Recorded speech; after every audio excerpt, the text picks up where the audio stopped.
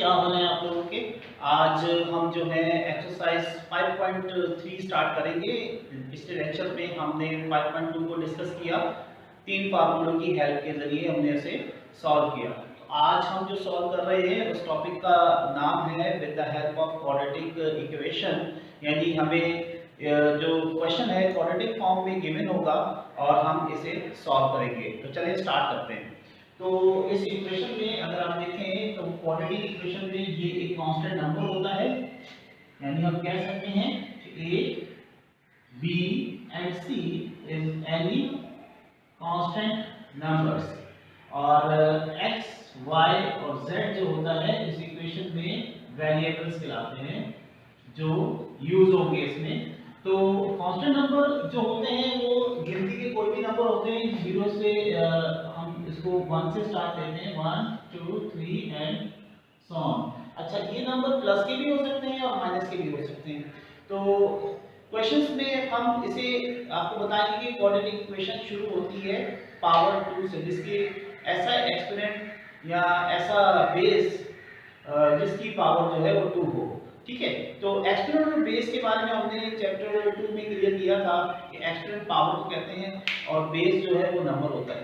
तो यहाँ पर अगर हम देखें तो यहाँ पे क्वेश्चन को 1 जो इसका फैक्टर बनाना है, इसमें ये जो है ये कांस्टेंट नंबर है, यानी 6 11 एंड 10, और वेरिएबल के तौर पे एज ए बी जो है इंग्लिश के लेटर वो भी यूज हो रहे हैं यहाँ पर। तो इसकी पावर जो है वो 2 है, तो यानी ये फॉर्म जो है क्वेश्चन फैक्टराइजेशन पहचानने के लिए कि ये स्टार्ट 2 से हो रहा है, फिर पावर 1 हो गया और एंड में कांस्टेंट नंबर आ गया। तो ये जो पहचान है 5.3 एक्सरसाइज की है कि हम इसमें फैक्टर को कैसे सॉल्व करेंगे। तो इसमें स्टूडेंट सबसे पहले तरीका ये है कि हम क्वेश्चन लिखेंगे एक दफा फिर, और उसके बाद फर्स्ट टर्म को लास्ट टर्म से हम मल्टीप्लाई करेंगे, यानी हमारे पास 6 है फर्स्ट टर्म का नंबर और लास्ट टर्म का नंबर है माइनस का 10, तो आंसर आ रहा है माइनस का 60। जो आंसर आएगा आपने उसका एलसीएम ले लेना है, यानी फैक्टर बनाने हैं। तो 60 का फैक्टर क्या बनेगा, 2 3 6 0 आ गया यहाँ पे, इसका हाफ हो गया 15, और ये 15 3 के टेबल में आता है, तो 3 5 15 एंड 5 1 5। तो अब इसके फैक्टर जो बने वो आप लिख लेंगे कि 60 के फैक्टर आ गए 2 2 3 एंड 5। अब इन फैक्टर को ऐसे डिजाइन करना है कि जो सेंटर की मिडिल टर्म है जमा या माइनस करने से वो आ जाए और मल्टीप्लाई करने से 60 आ जाए। जैसे कि मैंने ये 2 2 लिया और यहाँ पे 3 3 का फैक्टर, 3 3 का फैक्टर हो गया 15। अगर मैं इनको मल्टीप्लाई कराता हूं तो आंसर आएगा 60 आंसर आ जाएगा। और अगर मैं 15 में से 4 निकालता हूं तो आंसर बन जाएगा प्लस का 11। एक्चुअली यही मेरा टारगेट है कि जब ऐसा आप इसके फैक्टर बनाएं और उसके फैक्टर जो है मल्टीप्लाई करने से आंसर आए हमारा 60, और सेंटर का प्लस या माइनस करने से सेंटर का आंसर आए। तो अब हमने इसकी मिडिल टर्म जो ब्रेक की है वो क्या बनी, 15, साथ में वेरिएबल लिखा हुआ है a -4a, ये हमने इसका फैक्टर ब्रेक किया, और इसको आप एज इट इज लिख देंगे -10 एंड 6a², ये प्लस का होगा। अच्छा, एक और बात आपने इसमें याद रखनी है स्टूडेंट्स की, ये प्लस का है तो यहाँ पे हमारा जो आंसर है वो भी इसी तरीके से आना चाहिए।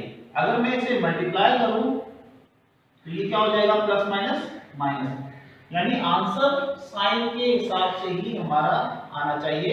मिडिल टर्म में जो साइन लिखा होगा उसके मुताबिक हम इसे लिखेंगे।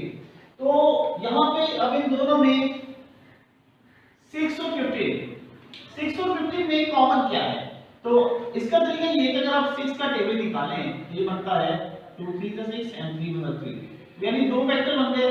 और इसी तरीके से अगर हम 15 का फैक्टर बनाएं तो 15 क्या बनता है, 3 5 15 एंड 5 1 5। तो इन दोनों में जो कॉमन है वो दोनों क्या है, 3। आसान ज़ुबान में यूं कह लें कि ये 6 और 15 दोनों कौन से टेबल में आते हैं, वो आप एज ए कॉमन सेलेक्ट करेंगे।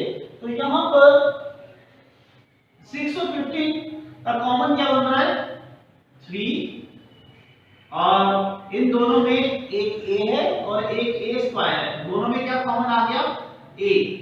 तो ब्रैकेट में क्या बच जाएगा 3 का टेबल पढ़िए 3 क्या आ गया 3 तो कॉमन हो गया, तो क्या बच गया 2। अब a2 में एक a हमने ले लिया है प्लस अब 15 में से भी 3 चला गया तो क्या बच गया 5 और a हमने ऑलरेडी कॉमन ले लिया है। अब इन दोनों में 4 है और 10 है, आप इसका फैक्टर निकाल के देख लीजिए 4 का यानी 2 2 जा 4 एंड 2 1 जा 2 और 10 का फैक्टर निकालिए 2 5 जा 10 एंड 5 1 जा 5। तो दोनों में कॉमन क्या है 2। इन दोनों में यहाँ पे कॉमन 2 है और ये माइनस लिखा हुआ है, एज इट इज आप माइनस लिखिए -2 ब्रैकेट लगाएं।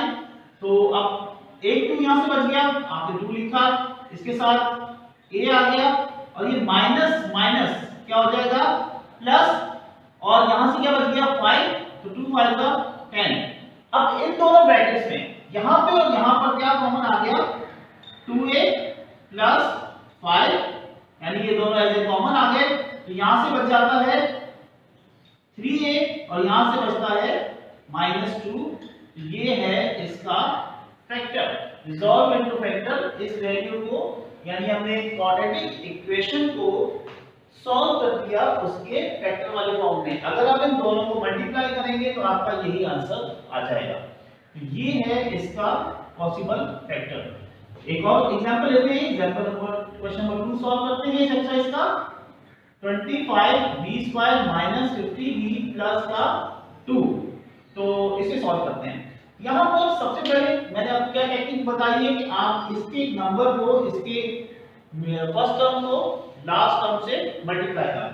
तो रफ वर्क में मल्टीप्लाई करके देखते हैं 25 मल्टीप्लाई बाय 2, तो आंसर क्या आया 50। अब क्योंकि ये भी प्लस का ये भी प्लस का, तो इसका आंसर भी प्लस का 50 आएगा। अब आप क्या करोगे, ये जो आपके पास 50 आया इसका आप एलसीएम ले लो। 2 टू का 4 8, यहाँ पे कैरी हो गया 10 हो गया, 2 5 का 10, क्योंकि अब 5 आ रहा है लास्ट में, आपका मालूम है 2 के टेबल में नहीं आएगा, तो ये 5 के टेबल में आएगा। 5 5 का 25 और 5 1 का 5, तो इसका फैक्टर आ गया 2 5 एंड 5। तो अब यहाँ पर आपको एक बहुत टेक्निक थोड़ी सी यूज करनी है। तो मैं ये लिखता हूँ 2 5 का 10 और ये मेरे पास क्या आ जाता है 5। एक तो ये तरीका है। दूसरा तरीका ये कि मैं ये करता हूं कि मैं इसे सेट करता हूं। तो ये 5 5 का क्या हो जाएगा 25 और यहां पे क्या आ जाएगा 2। लेकिन मेरे प्लस या माइनस करने से मिडिल टर्म का आंसर नहीं आएगा। मिडिल टर्म मेरे पास है माइनस की 15 यानी 15 माइनस का है।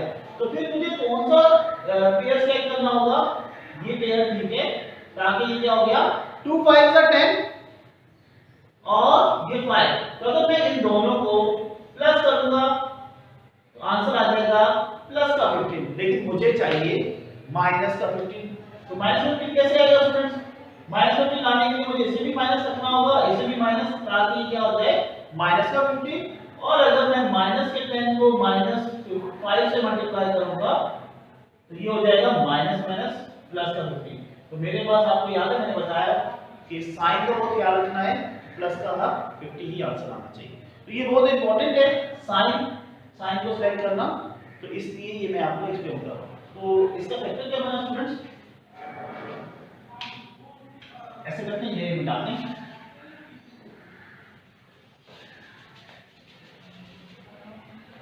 तो इसका फैक्टर क्या बन रहा है स्टूडेंट्स, इसका फैक्टर बन रहा है 25b² - 10b - 5b + 2। यानी हमने इस मिडिल टर्म को ब्रेक इस तरीके से इसके फैक्टर में कर दिया है। अब दोनों 25 और 10 जैसे मैंने आपको इस तरीका सिखाया था, अगर आप इसका एलसीएम लें तो 25 का एलसीएम बनता है 5 5 का 25 और 10 का एलसीएम बनता है 2 5 का 10। तो दोनों में कॉमन क्या आ गया, दोनों में 5 और 5 कॉमन है, वो आपने एज ए कॉमन ले लिया। बी स्क्वायर और सिंगल बी दोनों में क्या कॉमन आएगा, सिंगल बी वेरिएबल। और अब हम टेबल पढ़ेंगे तो देखें ये एक 5 बचा है, यहाँ पे 5 लिखा, बी 2 है, एक ले लिया माइनस, अब यहाँ से देखें 2 बचा है तो 5 2 = 10, बी हमने कॉमन ले लिया था। अब यहाँ पे क्या लिखा हुआ है माइनस, और क्योंकि इन दोनों में अगर आप दोनों का एलसीएम निकालें तो 5 1 = 5 और 2 1 = 2, ये दोनों प्राइम फैक्टर हैं, अपने ही टेबल में आते हैं, तो इसलिए इसमें से कोई भी नंबर कॉमन नहीं है, यानी इसका अपना ही नंबर इसका फैक्टर है। तो इसमें से स्टूडेंट्स हम कुछ भी कॉमन नहीं ले सकते, इसलिए हमने यहाँ पे 1 लिखा और यहाँ पे लिखा 5b माइनस प्लस माइनस, और यहाँ पर एज इट इज आ जाएगा, यानी माइनस प्लस माइनस और 2 आ गया। अब दोनों में कॉमन क्या है, 5b माइनस 2, यहाँ पे क्या बच गया 5b, और इस ब्रैकेट के बाहर हमने ये कॉमन लिया तो क्या बच गया माइनस का 1। इस तरीके से इसके भी ये फैक्टर बन गए। तो एक और क्वेश्चन सॉल्व करते हैं। इस बुक का 4th क्वेश्चन है, फर्स्ट मैंने नहीं कराया, इस बुक का 4th क्वेश्चन है ये, तो इसको हम 4th क्वेश्चन को सॉल्व कर लेते हैं।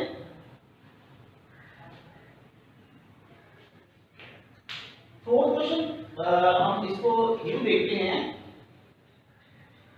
कि ये लिखा हुआ है 12 और यहाँ पे 3, आपने 12 को 3 से मल्टीप्लाई कराना है, क्योंकि प्लस का 3 है तो इसलिए ये भी प्लस का ये भी प्लस का, तो आपके पास आंसर आ रहा है प्लस का 36।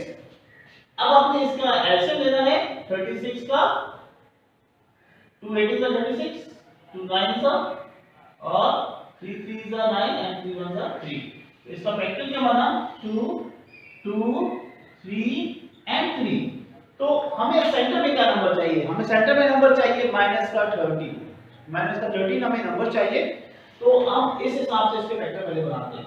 तो आप पहले इसको देखें, 2 2 = 4 होता है और 3 3 = 9। अब आप मुझे बताइए कि यहाँ पे मैं कौन सा साइन रखूं, क्योंकि मुझे यहाँ पे कौन सा साइन चाहिए माइनस का, और 13 कैसे बनेगा, दोनों को प्लस करने से, तो 9 और 4 क्या हो जाएगा 30, लेकिन साइन कौन सा चाहिए माइनस का, इसका मतलब मैं ये भी माइनस रखूंगा और इसे भी माइनस रखूंगा ताकि ये क्या हो जाए माइनस का 13। और अगर माइनस के 4 को माइनस के 9 से मल्टीप्लाई कराएं तो 4 9 = 30, 4 9 = 36 और माइनस माइनस प्लस हो जाएगा। तो इसका फैक्टर हमने क्या बनाया 12x² minus 4x minus 9x and plus 3। हमने इसे ब्रेक किया और इसका ब्रेक क्या आया, मिडिल टर्म का ब्रेक क्या आया ये। तो अब हम इसको कॉमन लेते हैं, एज इट इज कॉमन, आपको तरीका सिखाया है। तो देखिए ये 12 है, इसका फैक्टर बनाए 2 6 = 12, 2 3 = 6 and 3 1 = 3। फिर as it is 9 sorry 4, 2 2 = 4 and 2 1 = 2। अब अगर आप देख रहे होंगे कि यहाँ पे इसका फैक्टर क्या बन रहा है, ये 2 and 2, यहाँ पे भी 2 2 कॉमन है, यहाँ पे भी 2 2 कॉमन है। तो आपको मालूम है 2 2 कॉमन हो जाए तो क्या बनता है 2 = 4। इसमें इसका फैक्टर क्या बन गया कॉमन ऐसे 4, इसका कॉमन आया है, और x2 है, यहाँ पे सिंगल x है तो आपने x कॉमन लेना है। तो ब्रैकेट में क्या बचेगा, यहाँ पे देखिए क्या बच रहा है 3, क्योंकि 4 3 का क्या होता है 12 और x 2 है, एक x बच गया, और यहाँ पे लिखा हुआ माइनस, और क्योंकि ये दोनों ही कॉमन है तो 4 1 = 4 और x भी कॉमन है, तो यहाँ पे क्या रह गया सिंपल 1। ठीक है, अब इनमें से देखते हैं, इसमें से हम चेक कर लेते हैं कि 9 और 3, 3 3 = 9 and 3 1 = 3 and 3 1 = 3। इसके फैक्टर में दोनों में कॉमन क्या है 3, तो 3 कॉमन आ गया, इसके सामने माइनस लिखा है, माइनस लिख दीजिए। यानी ये जो मिडिल टर्म को ब्रेक करते हैं और थर्ड वैल्यू 1 2 3, थर्ड वैल्यू में जो साइन लिखा होगा एज इट इज आप यहाँ पे वो साइन लिखेंगे।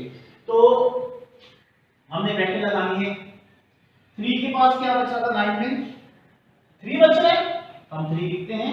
x हमने क्योंकि कॉमन नहीं है दोनों में x, यहाँ पे x नहीं है, x लिख देंगे अब इसके साथ माइनस प्लस माइनस एंड 3 का देखें 3 हमने यहाँ पे कॉमन लिया, कुछ भी नहीं बचा, यानी क्या बच रहा है 1।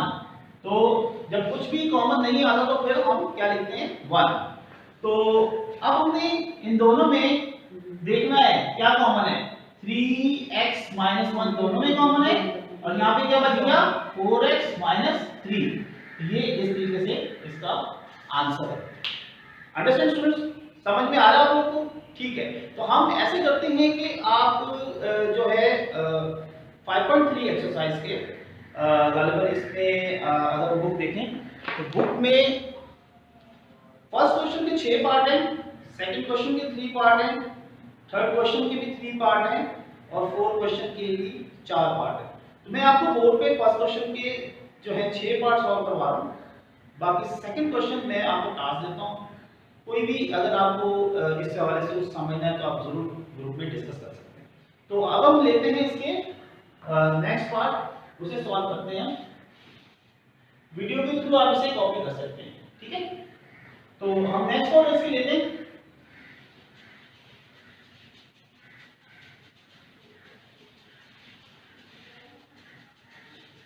जी नेक्स्ट हम इसको लेते हैं और नेक्स्ट में हमारे पास जो फैक्टर है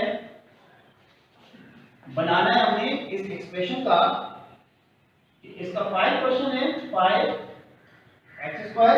- 13x और माइनस का 6।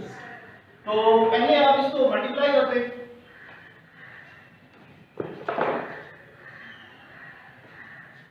इस वाले नंबर को इस वाले नंबर से पहले मल्टीप्लाई करें आप, तो ये बन जाएगा 5 मल्टीप्लाई ये लिखा हुआ है माइनस का 6, तो ये आ जाएगा माइनस का 13। अब 30 का एलसीएम ले लें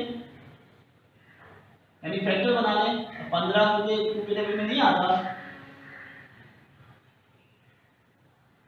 अच्छा, अब इसका फैक्टर बना 2, 3 एंड 5।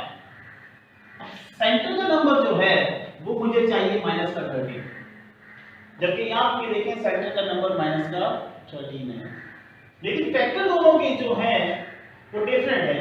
तो अब हम इसको कैसे करेंगे? अगर मैं ये चुनता हूं इसको 2 और 3 को, तो ये बन जाता है 6 और यहाँ पे क्या है 5।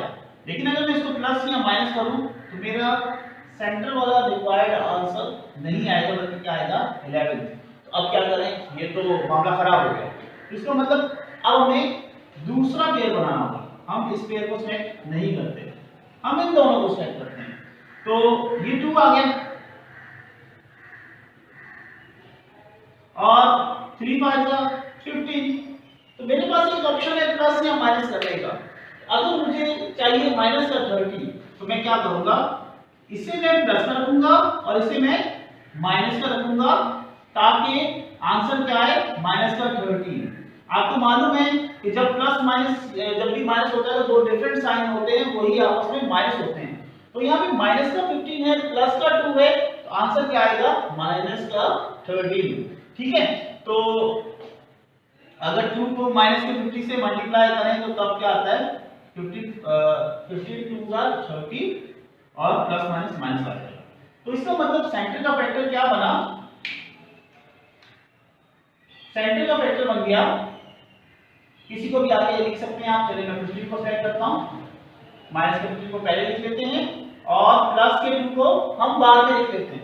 तो माइनस का 6, इसके साथ वेरिएबल जो यूज हो रहा है वो एज इट इज लिखेंगे, वेरिएबल x यूज हो रहा है इसलिए आपने x लिखा है। तो 5x²। अच्छा, ये हमने मिडिल टर्म को ब्रेक किया, ये इसका फैक्टर बन गया। अब इन दोनों में कॉमन क्या आएगा, एज इट इज आप 5 को और 15 को एलसीएम के तौर पे लिखें।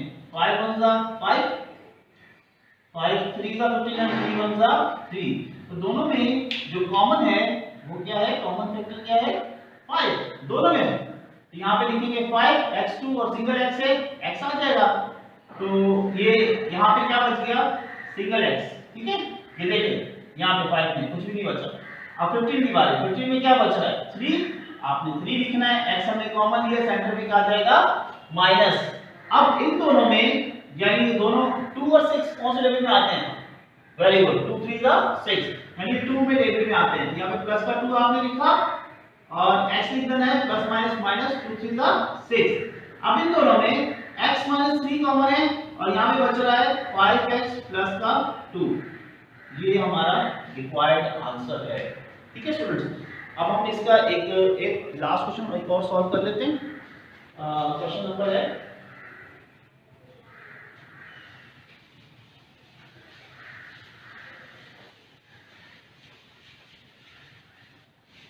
जी, क्वेश्चन नंबर 6।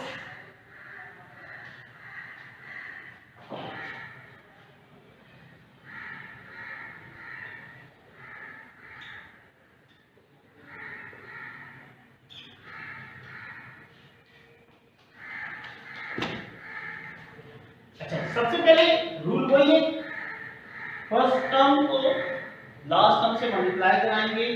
18 मल्टीप्लाई माइनस का 20 माइनस का 360 आंसर आता है।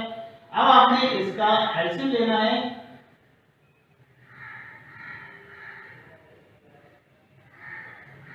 टू से 2 1 का 2, 1 कैरी हो गया, 2 8 से 16 एंड 0 आ गया।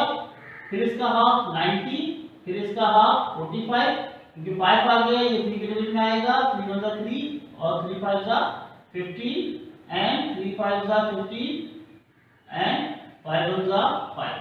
फैक्टर बन गया 2 2 2 3 एंड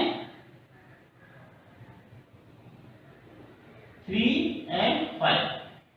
अच्छा जी, तो इसके ये फैक्टर बने हैं, यानी 2 जो है 3 टाइम आए, 3 2 टाइम और 5। तो हमने ये सेंटर वाला नंबर लेके आना है, यानी 9 मल्टीप्लाई करने से तो 360 आ रहा है, काफी बड़ा आंसर है।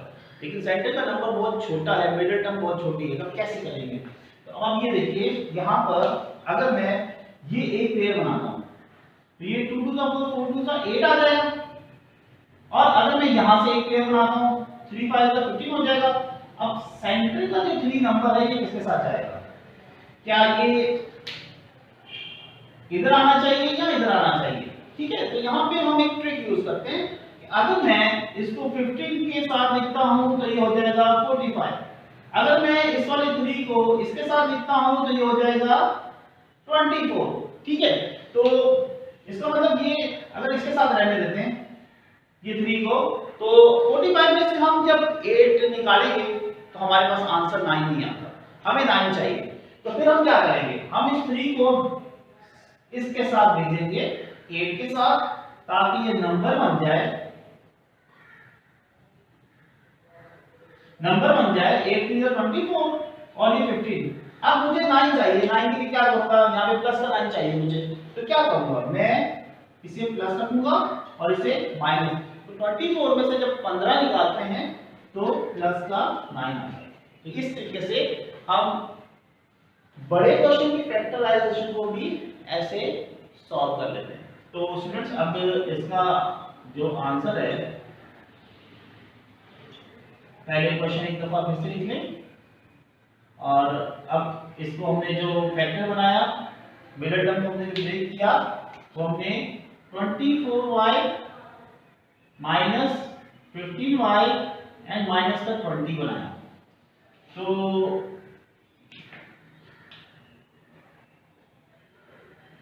इन दोनों में यानी हम क्या करेंगे? 18 का और 24 का पहले ऐसे लेते हैं, 18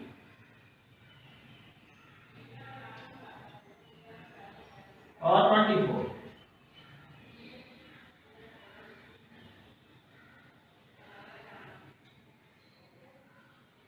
तो आप देख रहे हैं दोनों में कॉमन क्या आपको नजर आ रहा है, यानी हमें यहाँ पे 2 और 3 कॉमन नजर आ रहा है और यहाँ पर भी हमें 2 और 3 कॉमन, यानी यहाँ पे 2 2 रह गया और यहाँ पे क्या रह गया 3, ये कॉमन नहीं था। 2 3 का क्या होता है 6, तो इसलिए यहाँ पे कॉमन क्या आया 6 और यहाँ पे y2, यहाँ पे सिंगल y, यहाँ पे y कॉमन आ जाएगा। 6 3 जा 18, यानी वैसे 6 3 18 होता है, अगर हम फैक्टर में भी देखें तो फैक्टर में भी क्या बच रहा है? सिंगल 3 बच रहा है। तो यहाँ पे y आ गया प्लस यहाँ पे देखें 2 2 रहता है, तो 2 2 क्या होता है 4, तो वैसे 6 4 जा 24 होता है, तो इसलिए यहाँ पे 4 आ गया। अब इन दोनों में हमने माइनस लिखा और 15 और 20। देखिए पहले फैक्टर बना लेते हैं।